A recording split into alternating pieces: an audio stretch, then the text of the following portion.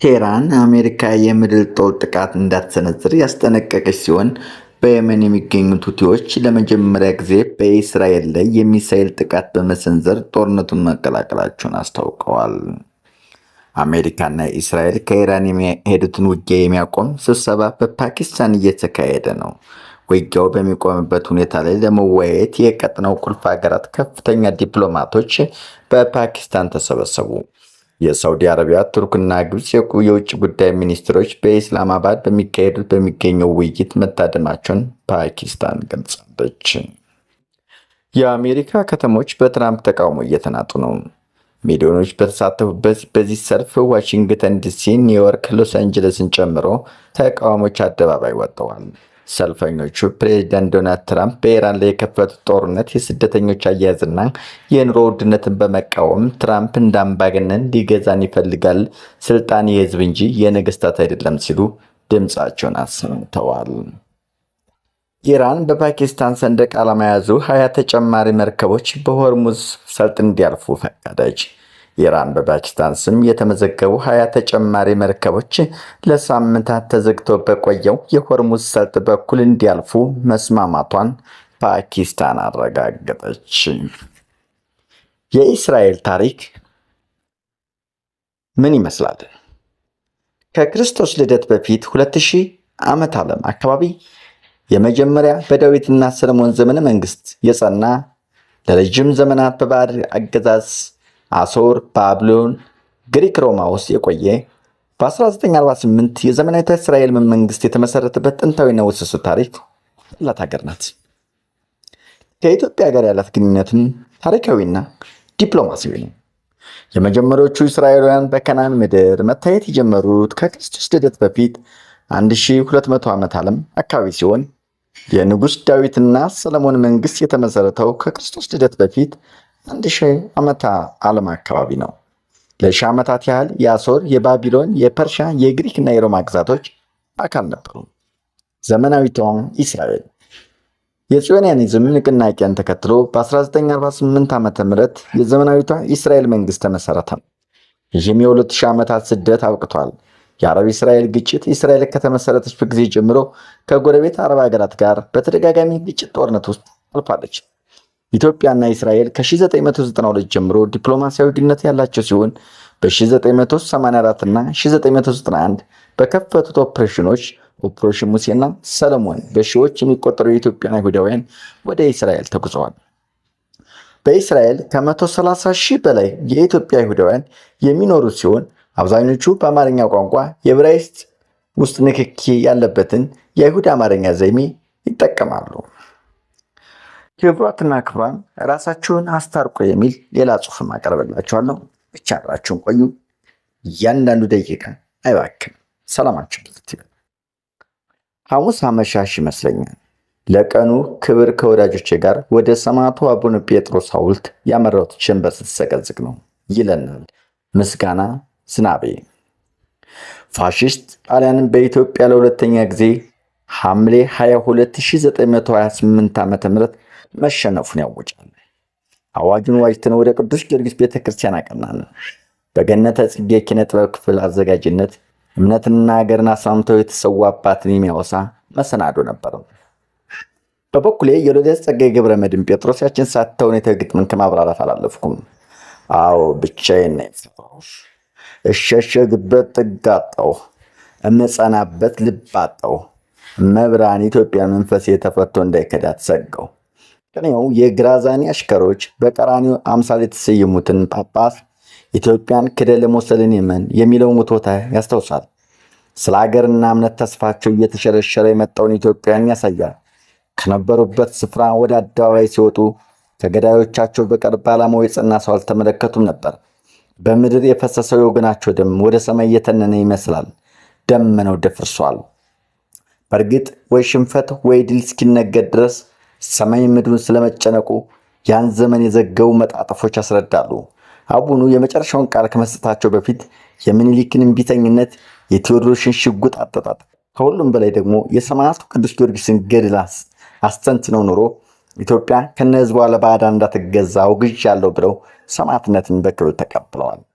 ይህ አይነቱ ገድል በሃይማኖቱ ትውክልት በሚል ቃል ይገለጻል። ትርጉሙም በፍጹም ልቦና የፈለግኩትን ሰማያዊ ጸጋ አገኛለሁ ብሎ ማመን ነው። እንደ አንበሳ አሸነፋለሁ እንጂ እሸነፋለሁ ብሎ ለአለማሰብ ነው። ጳጳሱ በሁሉም በኩል የተሳሉ አርበኛ ነበሩ። ለቀሪ የመንፈስ ልጆቻቸው አርበኞች ሞትን ማን አስተማራቸው? ታላቁ ጴጥሮስ ባርኮ የሰጣቸው የሚል ማንቂያ ተጽፏል። ብፁዕነቶ ጽናትና በረከቶ ይደርብን።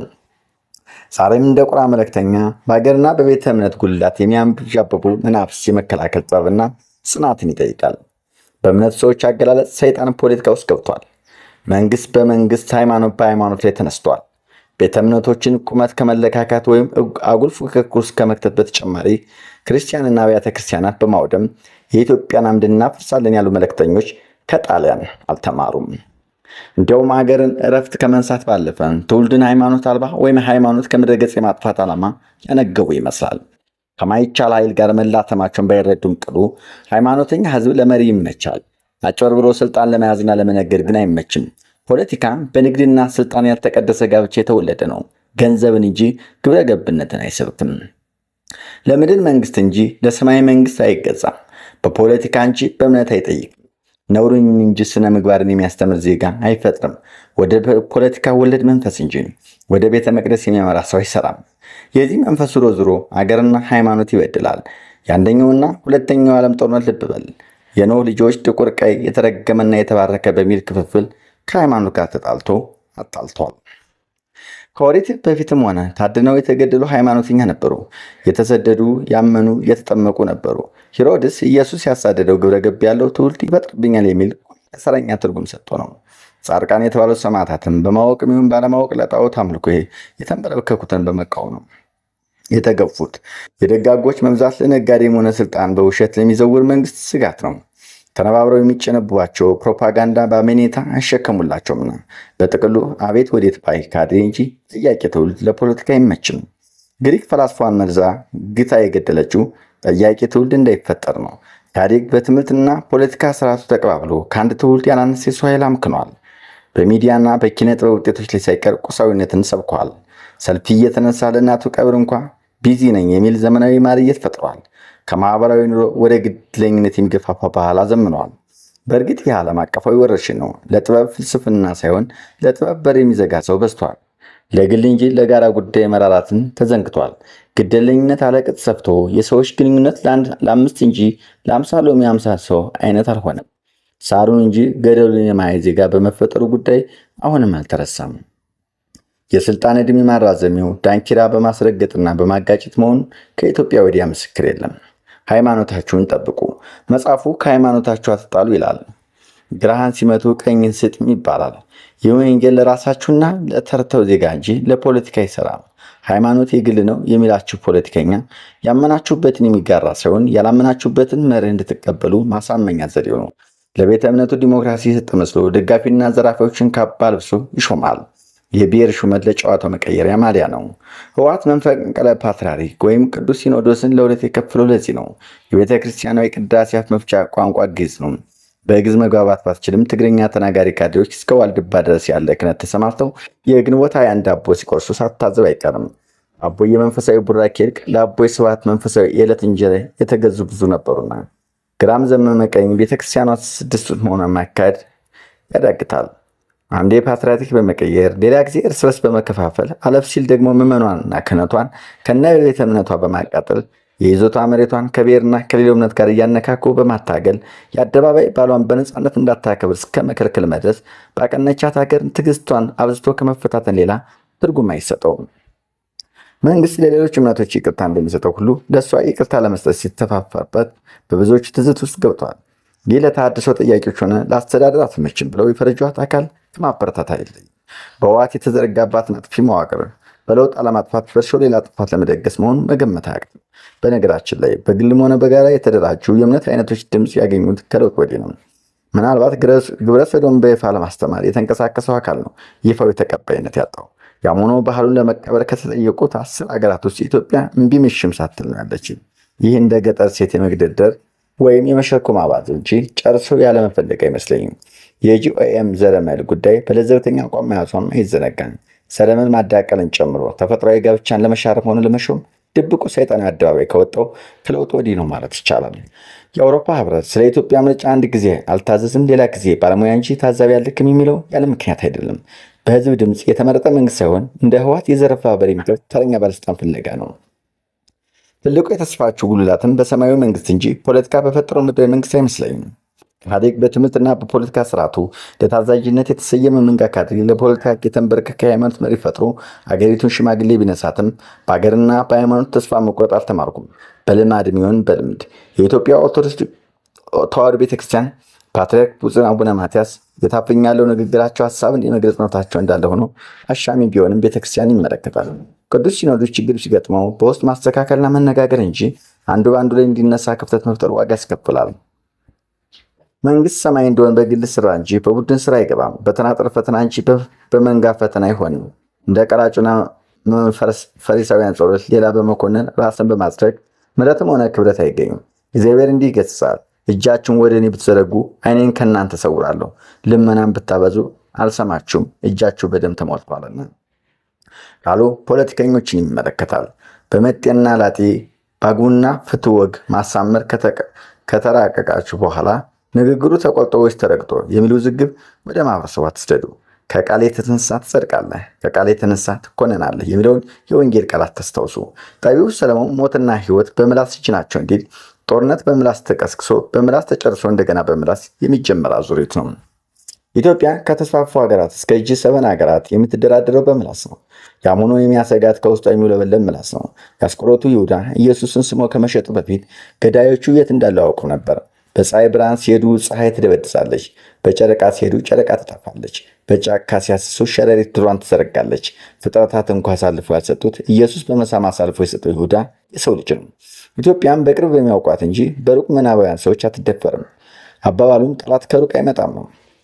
ሀገራችሁን ጠብቁ። ዘንድሮ ያልተጣላን ፈልጎ ማግኘት አይቻልም። ጠቡ በራስ ምኞት ጀምሮ በጋራ ሊፈጸም ይችላል። ፉገረውም ሆነ ፉከረው ከራሱ ከጨፈረ በኋላ ነው ወደ ሌሎች የሚጋባው። በኢትዮጵያ መፈጠር እርግማን መሆኑ እስከ ማሰብ ያሰክራል። መንግስት ስካሩን ያደምቃል። በዚህ ጭፈራ ዓለም ውስጥ አገር በድብልቅልቅ የፖለቲካ ውጋት መቃተቱ አይገርምም። ቲም ለማ ከኢትዮጵያ ይልቅ ለመናፍስቱ ውዳሴ ቀርበዋል። ታሪክን ባፈ ታሪክ የለወጠው ህወሓት የጋራ ሐውልት ነቅሎ የባላጋራ ሐውልት ከተከለ በኋላ በአንድ ድምፅ ታቅቦ ከሰሞኑ በሽብርተኝነት ቢፈረጅም ከመሪ እስከ ተመሪ ያዋለደው ትርክትና ስጋ ለብሶ ሽምቅ ውጊያውን ያመቻቸለት ይመስላል። ይህ ከሆነ በስተርጅና ውጊያ ተሳካለት ማለት ነው። ለነገሩ በዘረፈው የአገር ብር ላጋች እና ሳጋች ክፍያ እየሰጠ እንጂ ሌላ ፊት ለፊት መዋጋት አይሆንለትም። ሃይማኖት ለስሜት ቅርብ ነው። ክርስቶስን ብትነካ ማርያምን አይመርሁም። አላህን ብትነካ ወላሂን ሐራም ነው። አማኞቹም ከራስ አስተሳሰብና እምነት አኳያ ሌሎችን ለመቅረጽ ሆነ ለማጥፋት ከሚታትር ስመ ክርስትና ሆነ እስልምና ተጠበቁ። በተረፈ ከታሰበው ማት ቀርቶ ካሰባችሁት ለዋላችሁ የእምነት ተከታዮች ኢድ ሙባረክ ብያለሁ። ከዚህ በላይ የሚያካብብ ነገር አላውቅም። ከነቢዩ መሐመድ የሂጅራ ጉዞ ጀምሮ ለእስልምና እምነት ክብር የሰጠች የተወለድኩባት ኢትዮጵያ ናት። የነቢዩ መሐመድ ቤተሰቦች በሰደዱ ጊዜ እንደ ኢትዮጵያ ቀና አቀባበል ያደረገ ሀገር ስለመኖሩ አልተነገረኝም። የተነገረኝ በዓይን ሳያዩ በሩቅ ተመልክተው ኢትዮጵያን አትንኩ እንዳሉት ነቢያት ሁሉ አትንኳት ማለታቸው ነው። ኢየሱስ ክርስቶስ ከእናቱ ማርያም ጋር በተሰደደ ጊዜም ስለ ኢትዮጵያ ሕዝብ አማኝነትና ደግነት መስክሯል። መላው የጥቁር ዘር በቀኝ ገዢዎች በተገፋ ጊዜም የአካልም የመንፈስ ሞራል የሆነችው ኢትዮጵያ ናት።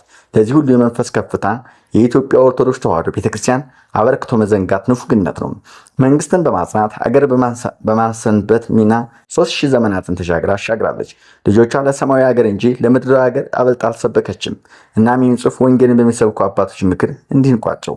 የሰው ማንነቱን አንገቱን በተሸከመ ራስ ይታወቃል። የክርስቲያን ማንነቱ በክርስቶስ ይታወቃል። የሰው ራሱ ክርስቶስ ነውና በአምሳል ከመፍጠር እስከ መውለድ ያካበረው ሰውነታችሁ ንብረትነቱ ለእግዚአብሔር ነው። ይህን የቅዱስ ማደሪያ አካል ለማይረባ ሐሳብ አታስታርቁ። ራስን ለክፉ ምኞት ማስገዛት የአምላክ ማደሪያ የሆነውን ሰውነት መሸጥ ነውና የሥላሴን አንድነት ያላመነ የሰው ልጅ አንድነትም ስለማያምን ራሳችሁና ሃይማኖታችሁን ጠብቁ፣ ወደ ፈተና እንዳትገቡ ተግታችሁ ጸልዩ ይለናል። እናመሰግናለን። ላይክ ሼር እያደረጋችሁ ቁም ነገሮችን ዜናዎችና መረጃዎችን ታገኛላችሁ። ኬብሯት እናቀርባለን።